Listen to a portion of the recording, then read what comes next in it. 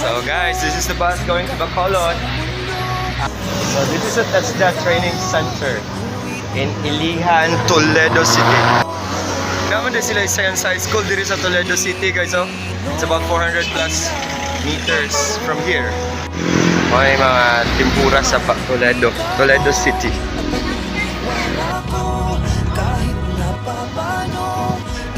Yeah, so hello friends and investors, just right here at the Fishers Hotel.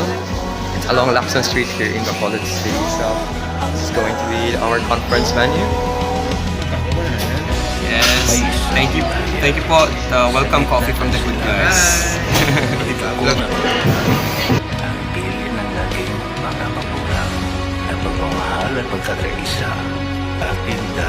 To call Honorary President Jess Vargas on stage.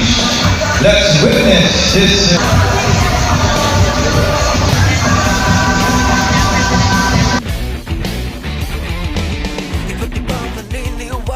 Ito, hugot love is like a rental property.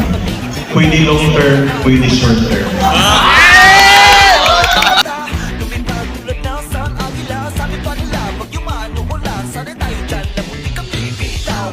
Ibukas ang palad mo at iyayakapin ni isang lahi tayo. Sir Peter. Yes, day 1 guys, and tomorrow day 2. Kailangan pag-energy. Okay. National Director po niya sa para. Hello. Hello sa Bohol kay Ana, mag-spin daw. Yes, buenos dias. Cherry from Zamboanga. Sarap. Saan na yung Espanyol? Ka ng welcome to Bacolod. Yes, hello friends and investors. Once again, this is Amon Ray Clavano Locario, the founder of Cebu Bohol Homes, a hipsy recognized YouTube channel in the Philippines for real estate.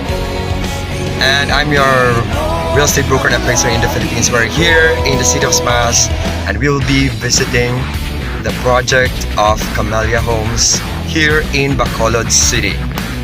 So, naanatakaroon na rin sa office. Pasinilangan Pilipinas ang tahanan, di mapipigilan kahit ano pa man yung larangan. Disposisyon niya sa buhay, yaong inspirasyon, saluhin ang tiyan sa habang merong pagkakataon.